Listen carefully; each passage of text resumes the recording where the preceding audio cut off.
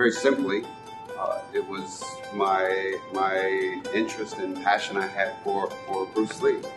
You know, Enter the Dragon had just come out, and I remember being in the, I don't know, 6th grade, being out in the schoolyard, and there was a movie theater across the street, and I could just barely see the marquee, just barely see the movie poster.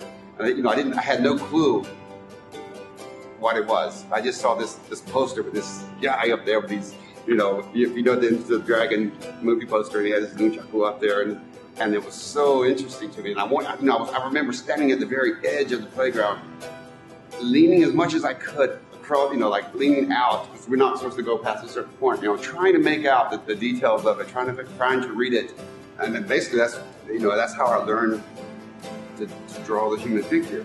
I must have drawn hundreds and hundreds of pictures of Bruce Lee. You know, I had boxes of it, you know, of them. And then, you know, from there it went on to my interest in martial arts, and then discovering Kurosawa films, you know, Seven Samurai, Kagemusha, you know, on. And then that expanded out from there. The paintings aren't necessarily narrative or straightforward narrative in nature. I mean, there may be a suggestion of narrative in the compositional makeup of my work, but my goal is not necessarily to tell a story.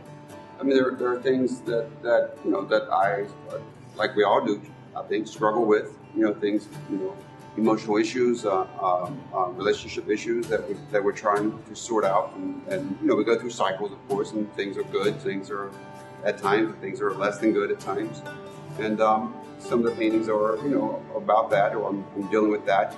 Not necessarily in very like literal ways, but you know, I don't like to be straight up or always concrete about some of these issues. But at the same time, I like to suggest or present things in maybe an allegorical or symbolic way. But I think a lot of things that are personal, that are about relationships or universal in nature. So hopefully when I say that, or when they're talking about being autobiographical, there are issues and aspects that relate to all people in general. We take with us, right, what we experience through life, the good and the bad. That if it is autobiographical, you know, I don't think one just puts out or presents the good stuff, right? I mean, it is good stuff, but it is also the not so good stuff. And it all sort of makes up the whole. You know, people talk about creating work, you know, out of that pain you're talking about, or that misery, or that suffering that, you know, that we all go through.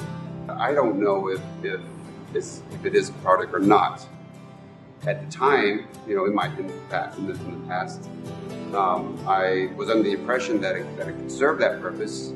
I certainly hoped that it would help. I don't know that it did. I certainly worked through a lot of that. It was there for me, though. I will say that the work, the ability to work, to push ahead, to make work, was there. And time is supposed to be the real healer, right? So